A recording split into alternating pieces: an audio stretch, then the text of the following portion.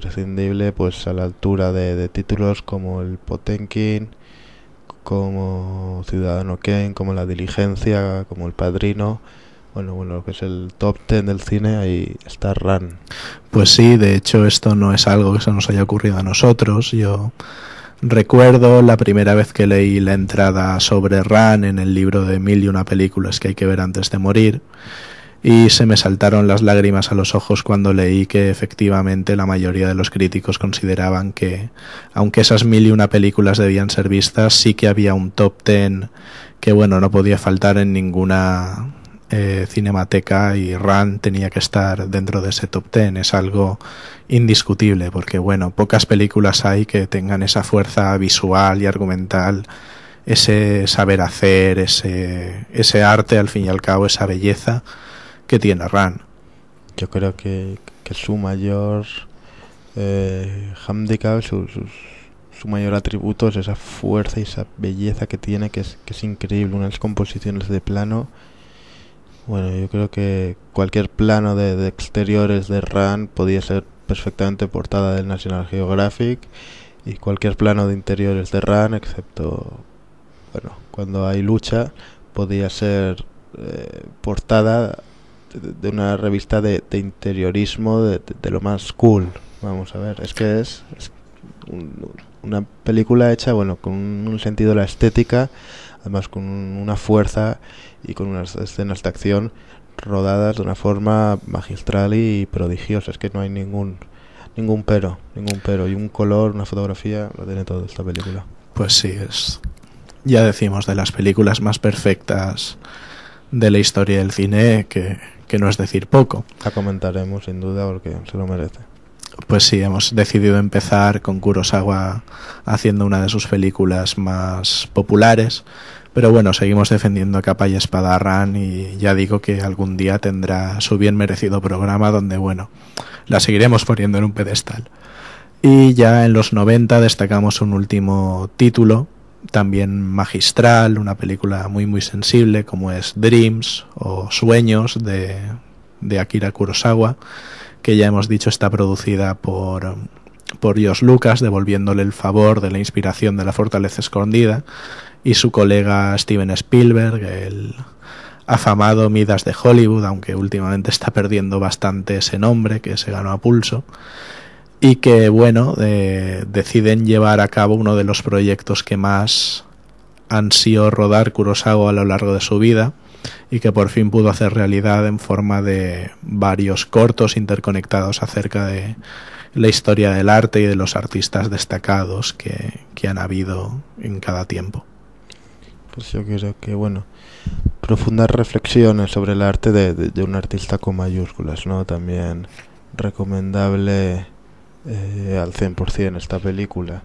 Y bueno, ahora si te parece vamos a escuchar un bloque de músicas, pero vamos a recordaros antes que este programa se emitirá mañana a las 12:30 de la tarde, del mediodía, y el martes a las 9:30 de la noche. Además podéis oírlo por internet en www.radioclara.org, y poneros en contacto con nosotros en nuestro nuevo foro, que es cinemaparadisoradio.blogspot.com, y por YouTube en el canal Cinema Paradiso Radio. Y ahora vamos a escuchar unas músicas. Bueno, pues aquí seguimos cruzando la madrugada en Cinema Paradiso, vuestro programa de crítica de cine.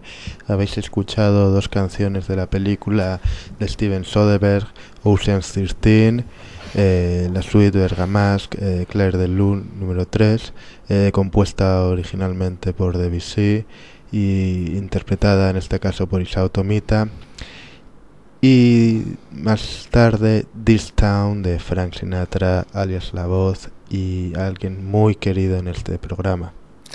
Pues sí, ya no sería la primera vez que mencionamos a su mítico Rat Pack, y en fin, también pone su voz a título póstumo en Ocean's 13, una película que también nos encanta, de un director de los más innovadores de estas últimas décadas, como es Soderbergh, siempre curioso y sorprendente. Pero bueno, además pedimos una Ocean's 14, por favor.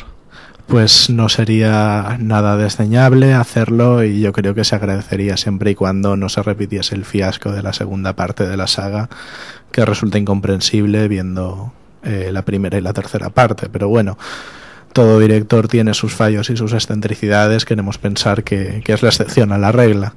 Pues seguro que sí, pero bueno, como nota entre paréntesis, vamos a decir que la primera parte de Ocean's 11 no es la que todo el mundo conoce con George Clooney y Brad Pitt, sino la cuadrilla de los 11 con Frank Sinatra, Dean Martin y Sammy Davis Jr. Y lo que realiza Steven Soderbergh es un remake que, bueno, supera ampliamente al original, a pesar de contar con nuestro amadísimo Rat Pack. Pues sí, bastante ampliamente, la verdad. Pero bueno, tenemos que retroceder bastantes años hasta situarnos en el año de estreno de la película que nos ocupa esta semana, Los Siete Samuráis, de Akira Kurosawa, obra maestra del género nipón por excelencia, de las películas chambara o de samuráis, y que toca diseccionar a fondo en esta segunda parte del programa. Pues así es, yo creo que podríamos empezar pues definiendo claramente y también el origen de este término chambara, que tiene una historia pues bastante curiosa.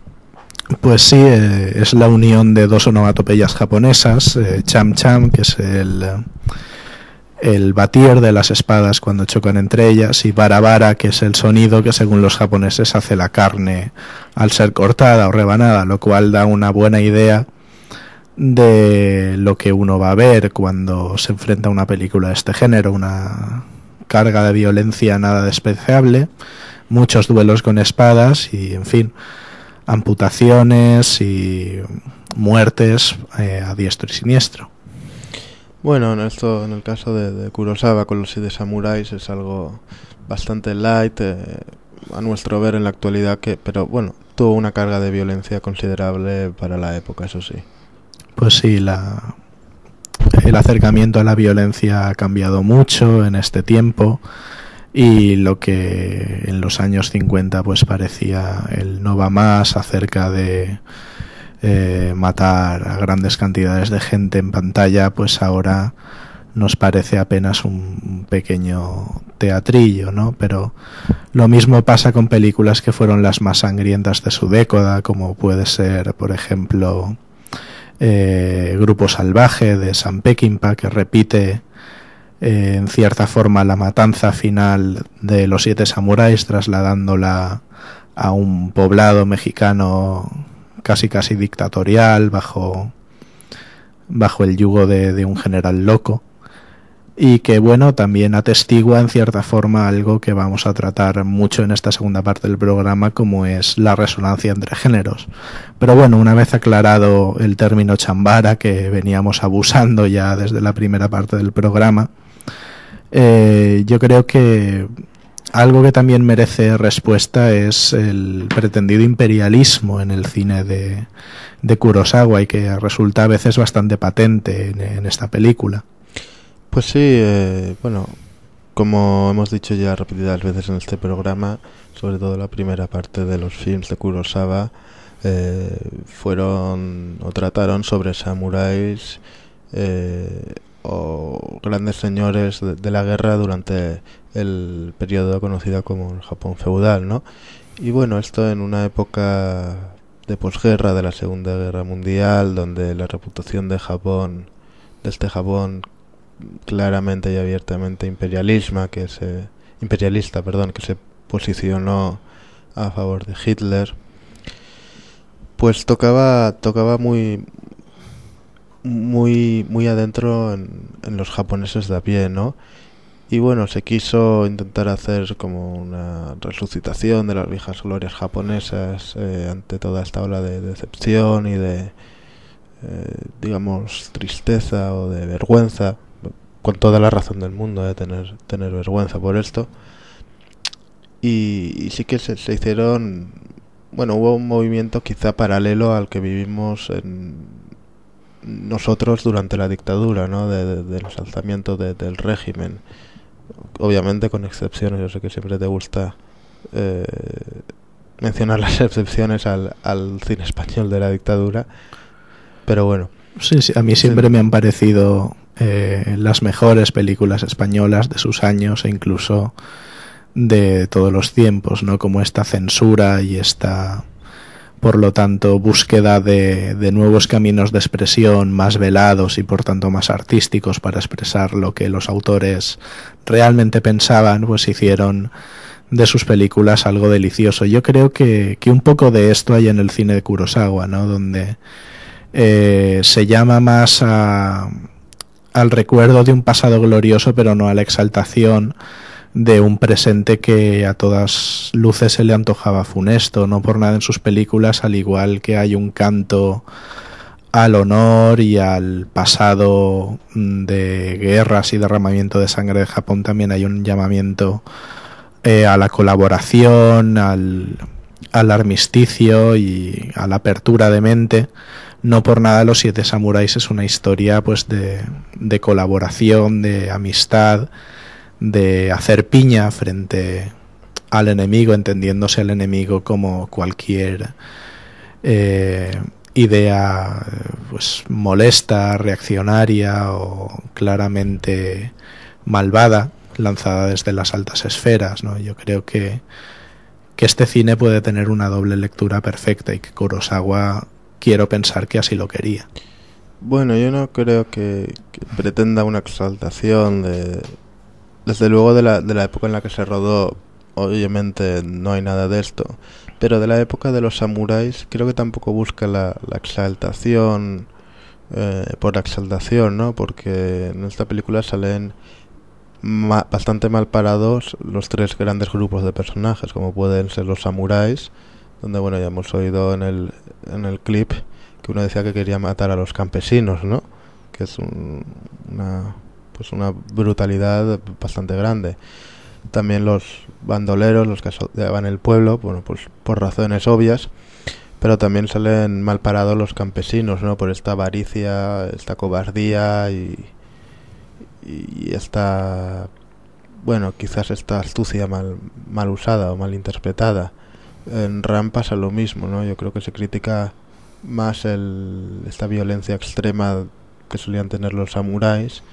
Sí que es verdad que tiene un punto de nostalgia o de quizás bueno, interpretación o aclamación estética de lo que fue la época, pero yo no creo que sea una apología de esto, ¿no? Hay que recordar también que Kurosawa por otra parte tenía ancestros samuráis, con lo cual es algo, bueno, bastante complejo, porque como tú has dicho antes, esta es una película de grises, ¿no? Y al contrario que en otras cintas chambara, donde los samuráis son vistos como dioses o, bueno, con personajes planos donde son todo virtudes, aquí tienen defectos importantes, ¿no? Y no solo en los Siete Samuráis, sino en tantas otras como Trono de Sangre o Ran.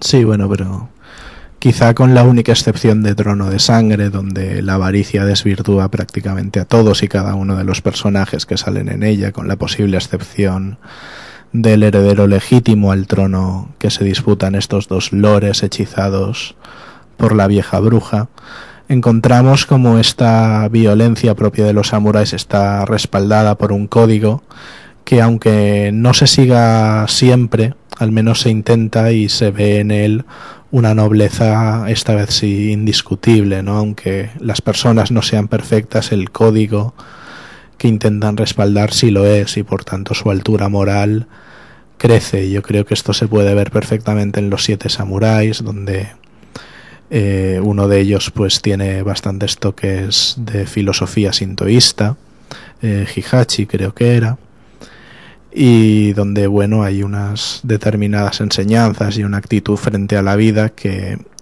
sí que exalta esta época, donde puede ser que hubiese violencia, de hecho la había, pero era una violencia dirigida, una violencia pensada, una violencia reglamentada. Yo creo que esto es algo que el cine de Kurosawa glorifica enormemente, sobre todo en otras películas como Kagemusha, donde enfrenta este código a una violencia sin sentido, ¿no? Como el guerrero debe de enfrentarse al sinsentido de la espada de otros. Bueno, en ese sentido, la verdad es que sí que tienes razón.